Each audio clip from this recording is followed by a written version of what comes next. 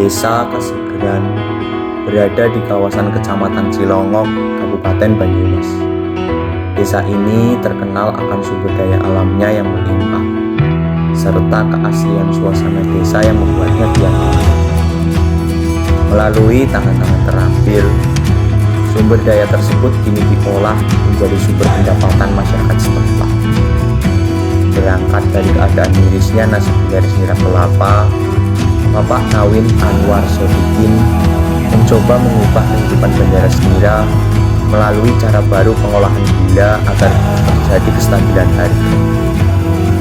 Kini, usaha tersebut tidak hanya meningkatkan kesejahteraan petani beres, tapi juga membangun pola pikir baru dalam menggarap potensi.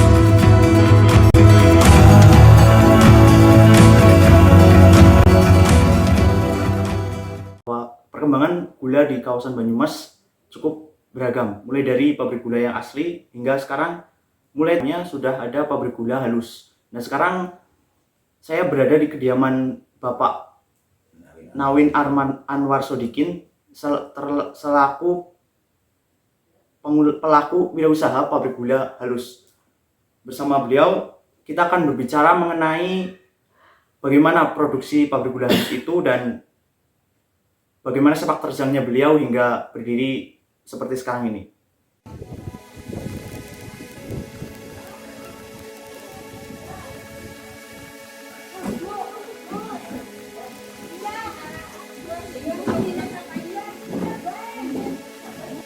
Awal kita bergaul dengan masyarakat dan kita sendiri ada pelaku itu kan bikin gula cetak. Awalnya rata-rata itu gula cetak, cuma gula cetak ini kan sudah baku, sudah umum, langsungnya ke kecap kadang-kadang seperti itulah. Kita sebagai generasi penerus jadi ingin ya istilahnya meningkatkan kualitas produk dan meningkatkan harga gula seperti itu dengan catatan, dengan cara yaitu satu, itu dibikin gula halus atau gula kristal atau gula semut lah istilahnya. Dan saya juga awal belajar untuk membuat gula halus atau gula kristal kan dari teman-teman kita yang udah berpengalaman, dan udah hampir 1 tahun saya belajar masalah gula halus, istilahnya yang diminta oleh konsumen bahkan internasional ini kan gula yang istilahnya organik. Mulai dari awal, karena sebenarnya saya pelaku petani gula merah, cuma karena ya itulah saya senasib dengan teman-teman, jadi bagaimana untuk meningkatkan ekonomi dengan harga yang istilahnya sedikit lebih tinggi dan sesuai dengan jerih payah mereka kan seperti itu. Karena istilahnya kalau kita sendiri sebagai petani itu memanjat pohon kelapa itu kan resikonya kan tinggi. Kalau jatuh, kalau nggak meninggal kan cacat. Nah, hal ini yang istilahnya sudah berupaya, sudah maksimal, udah berusaha naik turun pohon, tapi kan harganya tidak sesuai dengan. Nah, ini yang menimbulkan saya itu ingin merubah nasib mereka kan seperti itu. Maka dengan catatan ya kita bikin gula kristal atau gula semut seperti itu. Dengan petani-petani yang ada di bawah, kita berhubungan dengan mereka, kita pertemukan, kita bina, kita beri arahan agar bisa menjaga kualitas, maka nanti hasil atau harga itu kan lebih meningkat atau lebih tinggi daripada gula-gula yang asalnya itu udah cetak seperti itu. Setelah dia mengelola itu dibawa ke saya, lalu saya tinggal oven. Saya yang apa namanya, dia jual saya oven lagi setelah, kan petani kan nggak punya oven kayak Iya. gitu loh. Jadi saya penampung, setelah itu saya juga cari pasaran seperti itulah Mas. Nah, untuk pemasaran pada waktu itu memang saya terkendala masalah pasar sebenarnya, tapi alhamdulillah juga saya punya teman-teman. Awalnya saya bikin sampel dulu apa yang telah kita pelajari, kita bikin sedikit-sedikit, tadinya sama istri, sama anak itu. Setelah dikenal orang juga, saya banyak teman, maka saya ditelepon bahwa ini ada PO Pak Anwar, tolong bikinan gini gitu. Lalu kita juga merambah ke luar daerah antara Bandung dan Jakarta juga. Dalam artian saya punya teman di sana, dan ilmu saya pada waktu itu juga diminta oleh pabrik. Ya, waktu itu ada namanya Pabrik Aren Indonesia, itu yang bertempatan di Sukabumi. Saya diundang di sana untuk mengajari karyawan yang di sana agar bisa produk sama yang saya produk. Luar biasa. Cuma di sana kan nggak manual sama di sini, karena di pabrik itu ya pakai alat mesin. Maka saya sharing lah sama mereka. Akhirnya mereka tahu manual, tahu mesin, jadi aku juga sama-sama bisa mengerjakan apa yang dikerjakan di pabrik. Dan saya juga di sana diberi percayaan sebagai kepala produksi di Sukabumi itu. Cuma karena aku produk di sini, maka kan nanti terbengkalai. Maka setelah mereka udah bisa, maka 20 hari lah saya pulang, lalu saya kerjakan sampai sekarang. Dan dia karena mengundang saya udah tahu bahwa kualitas dan mutunya itu bagus, maka dari pabrik mengundang saya nggak bisa kerja di sana asal produk saya masuk ke sana. Jadi, cuma masalah gula aren, aku sendiri ya memang cuma bisa bisa komunikasi sama pengepul yang di Jawa Barat, istilahnya gitu. Jadi ke petaninya itu saya arahkan ke pengepul, maka pengepul juga yang ke petani, seperti itu. Nah, kalau gula merah ini di Kabupaten Banyumas pada waktu saya survei itu ada sekitar 2000 petani gula merah organik. Nah, sekarang ini gimana kondisi ini Pak, pabrik gula sekarang yang halus ini kan sudah mulai banyak. Iya, Nah, iya. ini bagaimana sih Bapak kemudian mensiasati agar industri Bapak terjual gitu? Oh iya, ya memang sekarang ini kan kalau khususnya gula aren, karena wilayahnya jauh dari daerah, istilahnya harus daerah lain, itu ya memang kalau saya kirim ke Jakarta, saya ambil bahan dari Bandung, seperti itu, dari Cianjur umpamanya. Lah, kalau gula merah itu kan di sini masih juga mencukupi.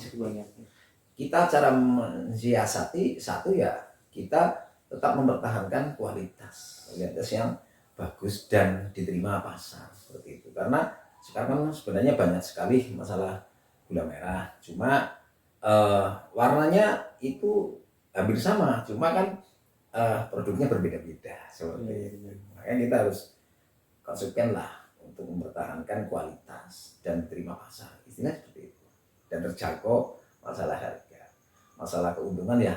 Yang penting kita bisa bagi-bagi lah, bisa untuk bayar karyawan, bisa untuk bayar kayu bakar karena pakai kayu bakar, untuk gaji oven, orang yang oven, karyawan yang lain, supir itu dan sebagainya, itu udah cukup lah. Yang penting kita dapat rezeki, kita bagi-bagi ke mereka. Kita memberi ya nggak bisa lah, istilahnya kita beri ongkos itu kan juga istilahnya mengurangi pengangguran. Alhamdulillah karyawan saya itu semuanya dari lingkungan-lingkungan terdekat. Ibu-ibu itu kan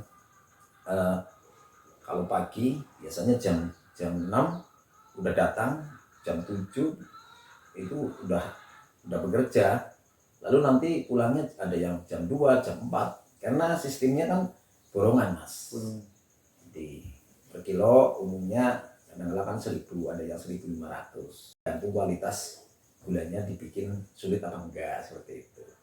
Ya alhamdulillah ibu-ibu katakanlah satu hari ya mengantongi ada yang 100.000, ada yang 100 lebih.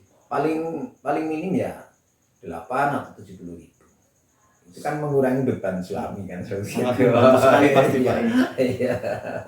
Kalau bahan baku, kalau istilahnya gula kristal itu nggak terlalu berdampak sih.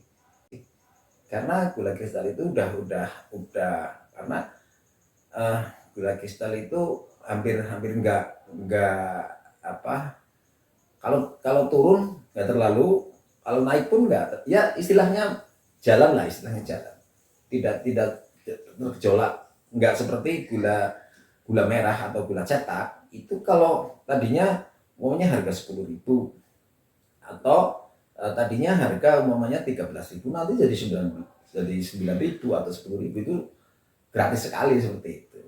Dan alhamdulillah sekarang sih karena udah dibina, walaupun nggak untuk gula halus atau gula semut bisa dijual ke yang lain, tapi kan mutunya udah bagus. Karena udah tahu lah istilah. Harga ya standar masih sekarang kan hampir 14-an lah atau 13.500. Itu masih lumayan lah istilahnya untuk mereka. Kemarin masalah pandemi, alhamdulillah karena aku juga produksi termasuk 9 bahan pokok yang harus kita adakan, gula itu termasuk 9 itu, kita ya tetap berjalan. Kita nggak terlalu ada dampak lah. Justru karyawan itu saya karantina sendiri, gitu. Nggak kemana-mana. Setiap hari orang-orang itu dan bergulat sama api. Maka ya alhamdulillah nggak ada karyawan saya sekitar ada 26-an orang. Alhamdulillah nggak ada yang kena corona. Alhamdulillah selamat semuanya. Yes. Iya. Nggak ada lah, nggak ada apa, istilahnya tidak terlalu beban lah untuk pandemi kemarin. Masalah cabang sih kita usahakan selalu sih ya, karena istilahnya kemarin itu dari Jogja juga ada rekan-rekan kita yang bawa barang kita, cuma masih apa istilahnya belum terlalu banyak ya, sekitar 500 kg atau kadang-kala 700 kg, 300 kg, maka kita paketkan aja. Dan kita juga kerjasama sama paket-paket yang ada di Purwokerto dan udah berjalan lama juga, alhamdulillah ya berjalan. Dan cabang-cabang yang lain saya istilahnya ya kayak gitulah, teman-teman kita istilahnya saya terbuka lah kepada siapapun, siapa tahu nanti ilmu yang saya dapatkan saya ajarkan ke orang lain, itu kan jadi rezeki mereka. Karena siapa tahu rezeki mereka dari saya atau sebaliknya rezeki aku dari mereka. Seperti itu. Kita saling support lah istilahnya. Kita bersaing sehat aja sama teman-teman. Ya alhamdulillah kita masih kerjasama yang baik istilahnya. Ya ada kendala sih masalah perdagangan seperti itu, masalah pembayaran biasanya ada MOU. Tapi ya itu kendala, itu sebenarnya kendala. Seperti itu. Tapi sejauh ini aman lah ya Pak? Ya alhamdulillah aman.